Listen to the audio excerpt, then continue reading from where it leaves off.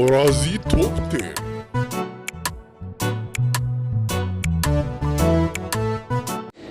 Waa'ee qaama saalaa dhiiraa irratti yeroo baay'ee wantoota namoonni barreessan irratti xiyyeeffata. Maal jechuudha kun? Safuutu jedhama. Maal jechuudha kun? Waa'ee doktara mudhii gad qofaa irratti xiyyeeffata. Kan si arrabsu illee jira baay'ee. Maal jechuudha kun? Jawaariif baqqalaa keessadha. An dhugaa dubbachuudhaaf eenyuun hin qixxeessu waan sana baay'een jaalladha.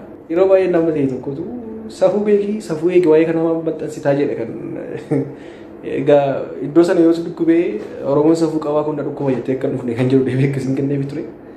Maal jechuudha kun? Gaaffiin taanu gaaffii baay'ee ulfaataadha. I don't know. Lammaa Magarsaaf polotikaa kanaan hin jenne garuu Lammaa Magarsaaf obboleen Colataa keessan Dr. Lammaa sorry. Maaliif ani qophii filannoo goonu?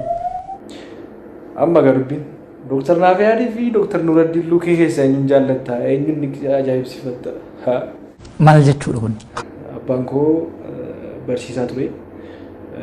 Haati koo hojii daldalaa irratti hojjechaa turte. Akka ogeessa fayyaa yookiin hakiima waliigalaa fi akkasumas immoo akka barsiisaa yuunivarsiitiitti hojjechaa jira jechuudha. Rifeensa mataa koo sirreeffachuudhaaf hin deeme as magaaluma Hararitti. Iddoon itti sirreeffadhu baay'inaan qaba. Na argitee Doktor ammuma kana beekamaadha mucaan.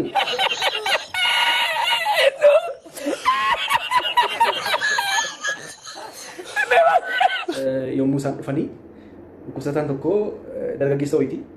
Dhumarratti erga yaalee booda keessummeessee Dr. Nafyad Getu jedhama. Nee hayi duuba Dr. Nafyad si naan jee yaa duuba wanni sun dhuguma cabaa jedhee qaama saalaa harkaan qabatee natti agarsiisa lallaafadha jechuudha. Kanan irraa fadhu.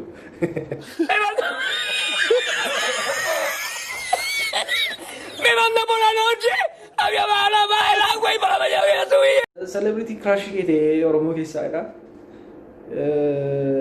Oromoo keessa actually warra adii kanarraati celebrity crush ko.